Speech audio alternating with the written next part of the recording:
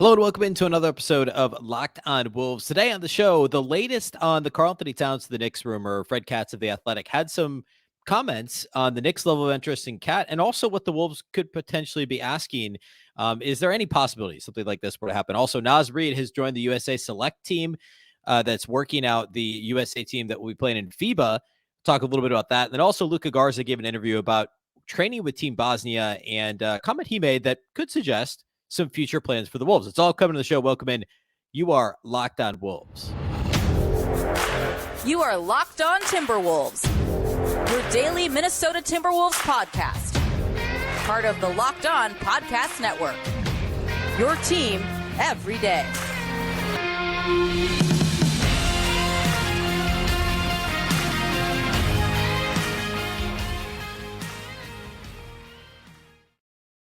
Hello and welcome to the Locked on Wolves podcast, part of the Locked on Podcast Network, your team every day. My name is Ben Beecken. I'm the host of Locked on Wolves. Today's episode is brought to you by PrizePicks.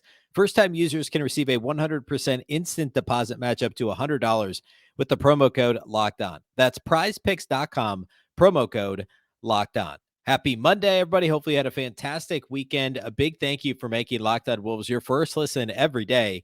Of course, this show is free and available everywhere, including YouTube, as well as all of your favorite audio platforms. Wherever you listen to podcasts, you can find Locked on Wolves. You can also watch on the Locked on Sports Minnesota app, along with all the other Minnesota Locked on podcasts. They're available on Roku and Amazon Fire TV. If you download that app, more great local sports coverage 24/7, and it's free. Again, it's the Locked on Sports Minnesota app today on Roku and Amazon Fire TV. You can also follow on Twitter at Locked on T-Wolves. And also at my account, which is at Beecken with 2 B's, 2 E's, CKEN. All right, so I want to start today with a bit more Karl-Anthony Towns talk. We haven't talked a lot about, Cat trade possibilities in a while. There's a reason for that because it hasn't really been like a pervasive rumor since the draft, since free agency here a few weeks ago. And really, we haven't talked a whole lot about it on the show since Howard Beck was on right around the time of the draft when he talked about use the term that he would be shocked if Cat was still on the Wolves past next February's trade deadline. And we haven't talked as much about it because there haven't been any additional rumors. And there was a bit more that Fred Katz over at The Athletic put out there, of course, writing about the Knicks. And it was a much larger piece that actually the title had to do with Joel Embiid because of Embiid's recent comments about wanting to win a championship wherever he needs to win a championship, whatever it takes, that whole thing that he gave the interview with Maverick Carter about that. But this article had, some general Knicks speculation, right? And some, obviously sourced from Fred Katz at The Athletic, source thoughts on what they may do. And there was a bit in here about Cat that I thought was noteworthy. And I'll just read what he said. It's just a couple of paragraphs. Again, this is Fred Katz at The Athletic. The headline of the article is Joel Embiid to the Knicks, why patience remains a priority in New York. The bit about Cat, he says, he talks about how the Knicks also had some interest in Zach LaVine, asking price was too high, et cetera, et cetera. Then he says, there are the Karl-Anthony Towns rumors that fling around, if only because they are easy. Towns is a CAA client and was once represented by Rose, meaning Leon Rose, of course, in charge of the Knicks. He's been running their front office now for the last 3 years or so, 3+ years. Towns was once represented by Rose. Of course, he was Towns' former agent. Back when Rose ran CAA's basketball division. We know the deal by now. The Knicks go after the CAA guys. They did it with Jalen Brunson and Isaiah Hartenstein and Josh Hart. And when they drafted Obi Toppin, they extended Julius Randle. They targeted Donovan Mitchell. So people project every CAA client onto them. He doesn't even mention that Cat's from New Jersey and grew up a Knicks fan. And there's that. And of course, there's the Tibbs angle too. Katz goes on to say, but it's not like the Minnesota Timberwolves are trying to tear their team down. According to league sources who have talked business with them, the Wolves have set a sky-high price on Towns, too. Basically say, two as in, not that there's anyone else the Wolves have set a high price on, but referencing the LaVine piece with the Bulls. He goes on to say, and according to another league source, in spite of what the constant speculation may tell you, the Knicks have not expressed any interest in trading for Towns. Okay. Now, there also was a report not too far before that suggested that the Knicks did check in on Cat on draft night and that the Wolves basically were like, yeah, probably not. And this Cat's, I think the most noteworthy thing is it says the Wolves have set a, quote, sky high price on Towns. Now, this is how negotiating works, right? This is how trades work. Um, the Wolves, of course, are going to start with a high, even if they intend to trade him, even if the Timberwolves, and I suspect that they have all sorts of scenarios played out somewhere in their offices about what happens what would we be willing to do this offseason? What would we be willing to do at the deadline? Sitting here right now, obviously things can and will change. And what might we do next summer when his contract spikes to a higher percentage of the cap as the Supermax kicks in? Obviously the price is going to be higher now than it would be later. That's one of the reasons why many believe the Timberwolves should explore trading Karl-Anthony Towns now, because they're able to ask for more. Because the earlier you trade for somebody, if you're the team receiving him, you get more of him, right? He's younger. You get more time with him now versus if you traded for him at the deadline.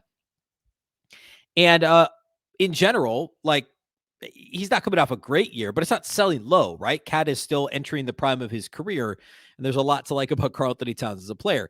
So, of course, the Timberwolves have a high price. If it were a reasonable price, I suspect he may have been traded by now, right? So that's not surprising. But it kind of underscores what I've been saying now for a while, which is I would be really surprised if the Wolves did trade him before the season. And that's especially the case now. Now, there are late offseason trades. We've seen it with, Ben Simmons and James Harden and all these guys that get traded in August and even into September in some cases. What was the original James Harden trade? The Thunder to the Rockets was like October, like right before the start of the regular season. So it could happen at any time. But this has generally a period where things slow down in general. And most of those trades have to do with guys asking out, or in the case of James Harden, a decade ago or whatever that was, almost a decade ago, that was simply because they weren't going to be able to reach an extension because the Thunder prioritized Serge Ibaka and Kevin Durant and Russell Westbrook at the time. So it wasn't that Harden demanded to get out. It's that the Thunder said, hey, we better trade him now because he's not going to agree to this deal we're offering him. So there isn't really any of that strife in Minnesota, right? Like Towns has said he's happy he wants to be in Minnesota, and the Wolves want to, frankly, I think they want to prove themselves right. I think Tim Connolly and Chris Finch both are going to enter this season with a chip on their shoulder, saying like, hey, we talked all last summer and last fall and into the season and during the season about how we're going to make this thing with Rudy and Cat work, or we wouldn't have made the trade otherwise. And now, in some ways, I wouldn't say they're a laughing stock, but there's a lot of people who look at this as one of the worst trades. It's only barely been a year, so it's absurd to say this yet, but one of the worst trades ever. And you better believe that Tim Connolly wants to prove himself right, and Chris Finch wants to prove himself right. And I don't think this flies in the face of anything, right? Like, I don't think you're missing out on anything by not trading Towns now. The only advantage to trading him now is that it, in theory, is easier because his contract hasn't spiked like it will next summer by $16 million more or whatever than he's getting now. And also, in theory, the asking price could be a little bit higher. But undoubtedly, the Timberwolves calculus is we need to see the Rudy and Cat thing play out. We need to see these guys with a healthy training camp and preseason and first part of the season together. And if we need to blow it up at the deadline, the price could also be high at the deadline because a team may be desperate to try and add a 40% from three shooting big man, a 2010 guy in Karl-Anthony Towns. You can charge whatever you want on the trade market for Karl-Anthony Towns at the trade deadline. That's the other piece of this, is you always have that as a fallback. So this news from Knicks land isn't all that surprising. I want to talk a little bit more about that and just kind of reiterate my current stance and what I think the most likely Cat scenario is, since we haven't touched it in a little while. We'll do that next, and then we'll move on to the Garza topic and the Naz Reid topic. So we'll do all of that here next. Today's episode of Locked On Wolves is brought to us by our friends over at PrizePicks. You can play almost any sport at PrizePicks. It doesn't have to just be basketball. I know it's not basketball season right now. It is WNBA season. You can play WNBA. You could play FIBA World Cup should be available there when that kicks off. And then, of course, MLB and all the other stuff that's ongoing. We're almost to football season. You can play all of it at PrizePicks. How do you play? It's really easy. You just pick 2 to 6 players, and if they'll score more or less than their PrizePicks projection, again, almost any category in any sport, you can win up to 25 times your money on any entry.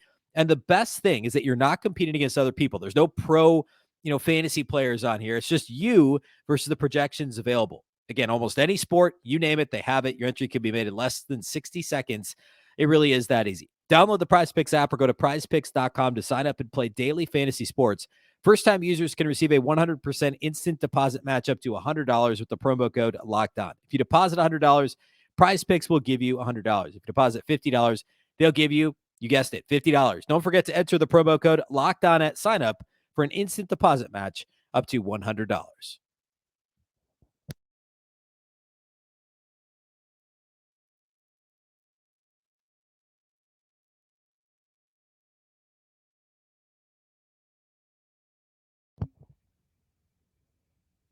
A big thank you once again for making Locked On Wolves your first listen every day. Of course, every day, as we're going to keep talking about this Wolves off season throughout the week. We're still daily throughout the rest of the month, which I guess is basically the rest of this week.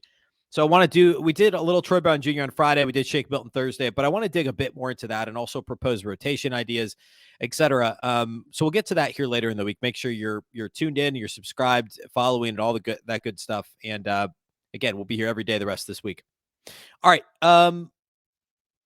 The Karl-Anthony Towns thing. So my stance at this moment in time, late July, is still, I had said it was a 75-25 early at the start of the offseason in May. I said 75% chance Towns is on this team opening night.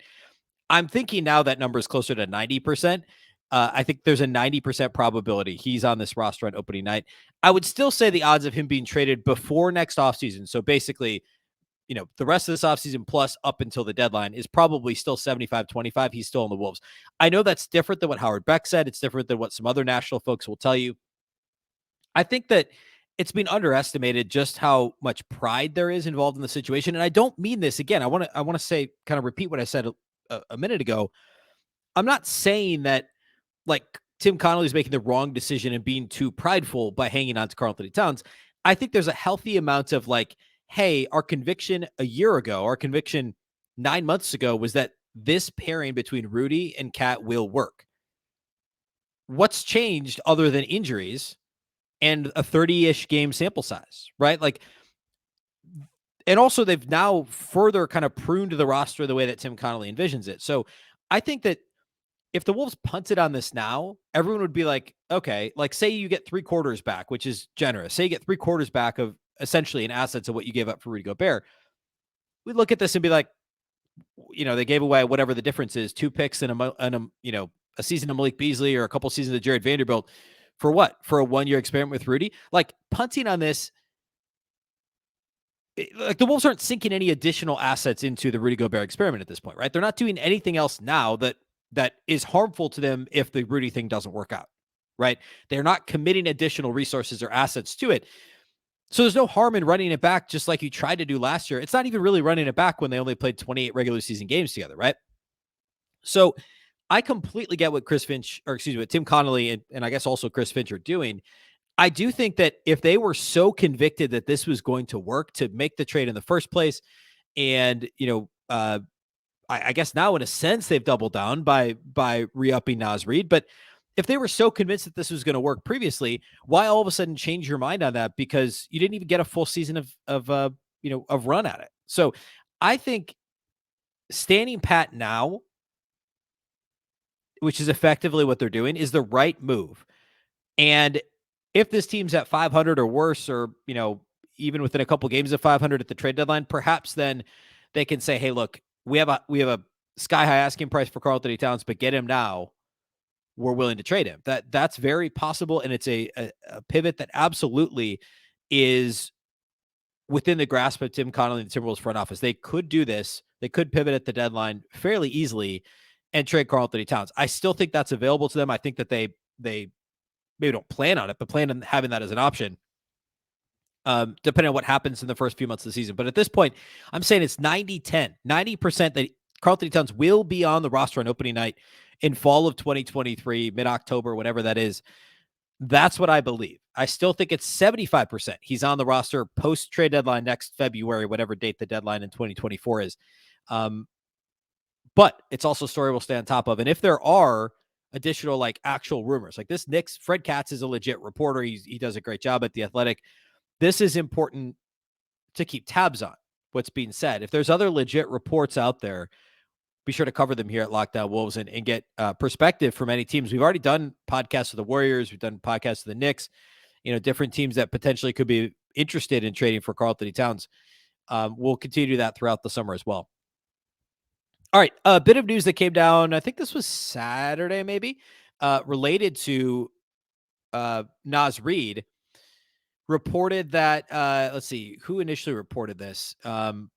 I guess it was Woj, wasn't it? Yeah, it was Adrian Wojnarowski on maybe it was Friday, like Friday, late Friday. Adrian Wojnarowski started reporting additional players that would be added to the Team USA, the select Team USA select team, which a couple of years ago, prior to the Olympics, actually, Anthony Edwards was involved and then ended up hurting his ankle and of course just you know was excused from the rest of the Team USA stuff. Now this time around, Anthony Edwards actually on the squad playing in FIBA, not obviously not the Olympics this year, but in FIBA at the end of August. And the USA Select team includes Naz Reid now. So that was reported by Adrian Wojnarowski, and there's several kind of young up and coming players on that roster. Kate Cunningham's on it. Trey Murphy from the Pelicans, Keegan Murray, rookie last year at the Kings, Jalen Williams from the Thunder, Chet Holmgren from the Thunder, of course, Minnesota native, Peyton Pritchard. So a bunch of young, some rotation players on playoff teams. I mean, you look at obviously Pritchard and Keegan Murray and the Thunder, I guess, were more of a play-in team. Jalen Green from the Rockets is on the squad. A lot of intriguing talent that are playing USA Select, and that's mostly scrimmaging against Team USA, right? So, and there's always the possibility that somebody could get called up if there's injuries, et cetera, to the actual team before FIBA. So Naz is getting an opportunity. Basically, Naz and Chet Holmgren are kind of the two bigs that are on that roster, or the two true bigs that we know of at this point. So he's going to get some serious run in those scrimmages. And it was a little bit of a springboard in a way for Ant. And it's also, even if it's not this year, in addition to good overall professional development and, playing against good competition in the summer, all that good stuff, it's also could be a springboard for Naz in future years, just like it was for Ant, 2 years ago to now. Like, I don't know if it's the Olympics in a couple of years or what, or I guess that's next year. But this could open doors for Naz moving forward to get another opportunity with Team USA, which is great. Good on Naz for that. And definitely feel happy for him to be kind of mentioned in the same breath. I mean, even a year ago, remember at the start of the season, Naz Reid was getting DNP CDs. He only played in like 9 of the first 13 games last season. It was averaging like 10 minutes a game. And now he's on this roster with top draft picks like Jalen Green and Keegan Murray and Chet Holmgren. That is a testament, again, just another kind of validation of how the Timberwolves developed him. And also, obviously, more Naz than anything else. The credit goes to Naz Reid for becoming as coveted of a player as he would have been on the free agent market, and then also now on the international stage, because of how he reshaped his body and improved his endurance and continued to just be impressive with the ball in his hands, but also able to be on the floor for longer now and just kind of made himself into this legit kind of top level basketball player. So all that credit goes to Naz, and also good to see another Wolves player on the international, well, I guess technically with select team national stage, but ultimately in international basketball, which is great to see it. All right. Let's close today by talking a little bit of Luka Garza. He gave an interview related to practicing with Team BOsnia, and he answered a couple of questions that just kind of hinted at some possibilities with the Wolves' final roster spot and final two-way spot. I thought this was interesting. Maybe I'm reading too much into it, but I thought it was a pretty clear indication that there was an opportunity or a potential future opportunity presented to Luka Garza. So we'll talk about that here next.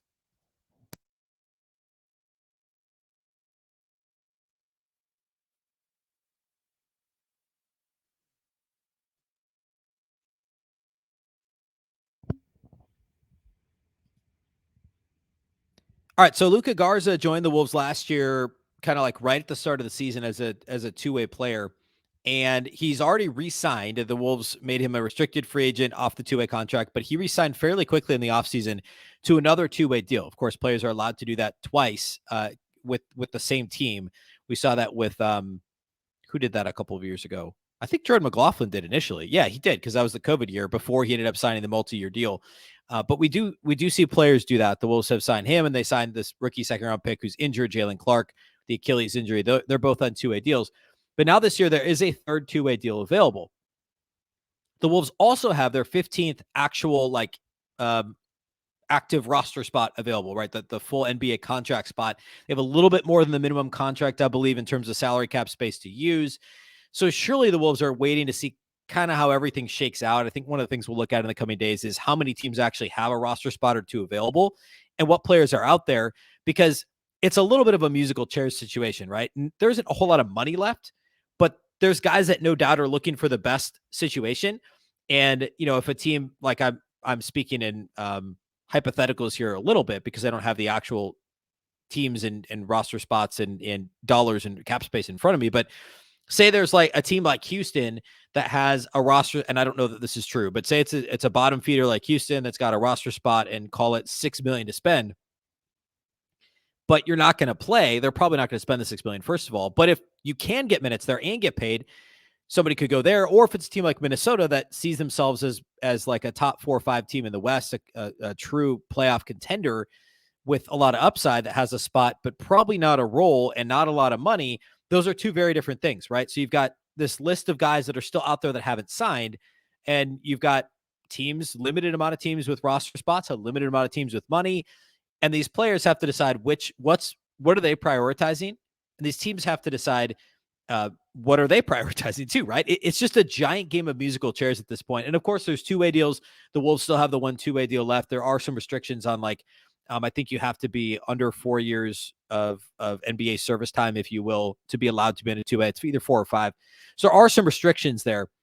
But in this Luka Garza interview that he gave related to playing for Team BOsnia, this is with Basket News, and he's not playing for them in the actual like pre-trial or pre-qualification tournament, whatever it's called, but he's practicing with them, working out with them, etc.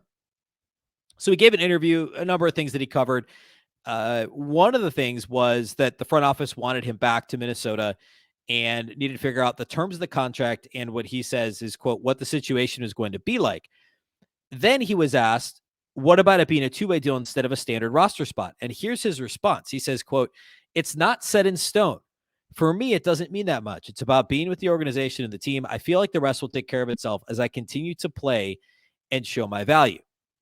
That caught my attention because him saying it's not set in stone means that the Wolves, surely what they said to him, and I'm projecting this, but this makes a lot of sense. They probably said, hey, we want you back. Let's give you a two-way deal now. We're going to keep this last roster spot open. We're going to see how the rest of this market shakes out. If we don't find, whatever X is that we're looking for our 15th spot on the roster, we're going to give that spot to you and we'll sign 2 new two-ways instead of 1 new two-way. But if X becomes available, again, I don't know what that is. It could be a specific 3-and-D guy. It could be another point guard, whatever. Then you get your two-way deal and you're back. And so Garza, obviously you signed that, right? Because I'm sure his agent called around. There's other teams that there probably weren't any other teams saying, hey, we'll give you a standard NBA contract to be on our active roster. It was probably other two-way offers. And at that point, he said, I'll stick with the organization. I know the coaching staff. I know the development program. I know. And, they gave me some minutes last year and they've already told me this year, maybe you'll get a standard contract. That all makes a ton of sense. I'm sure that that's what the conversation looked like. Because think about it this way. The Timberwolves have doubled and tripled down on playing big. Cat and Rudy are both starters. The only backup big with any NBA experience is Naz Reid, right? I mean, Leonard Miller is effectively your next in line I guess you have Kyle Anderson, but he's going to be in the rotation more at the 3 than he is at the 4. You don't have any other centers. It's Cat, Rudy, and Naz. All 3 are your top 3 bigs, and they're all natural centers. So it makes sense for Garza. Like, Minnesota's a logical place for him to be. He's the next center that in that on the depth chart. He's the only other one. Cat, Rudy, Naz. And you have Kyle Anderson and Leonard Miller, who are both 4s, and Luka Garza would be the only other 5. So say, God forbid, say Cat gets hurt again. Nate Knight's not in the picture anymore, and obviously neither Knight or Garza saw a ton of minutes last year. But say Cat gets hurt again, and Rudy has a minor injury or an illness, or he's in a bunch of foul trouble in consecutive games, or whatever that might be. Luka Garza may have a path to some minutes. And, and of course the Wolves, I guess if it comes down to it, you could give him a standard deal, but he has limitations. Garza has limitations. He helps you in the rebounding category. He helps you from he plays really hard, very skilled offensively, but he has to be a little bit higher usage on offense in order to be effective. It's just not generally how the Wolves operate their offense. They don't operate through the low post very much. Even with Rudy and Cat, for as many bigs as they have, that's just not what they do.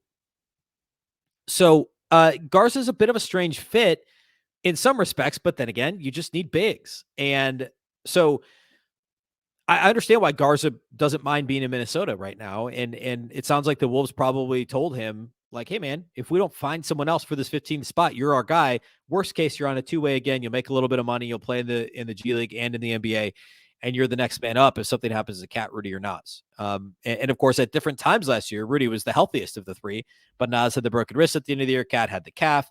You never know. I mean, Luka's going to get a chance this year with the Wolves. So go check that interview out at, was it Basket News?